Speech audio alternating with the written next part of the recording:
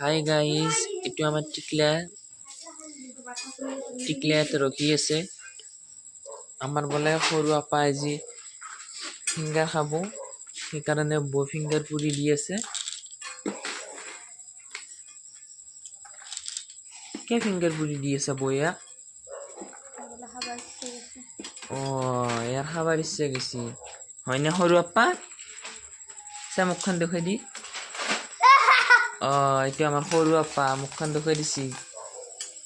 দাঁতকেইটা উলিয়াই কেনে মুখখন দেখুৱাই দিছি।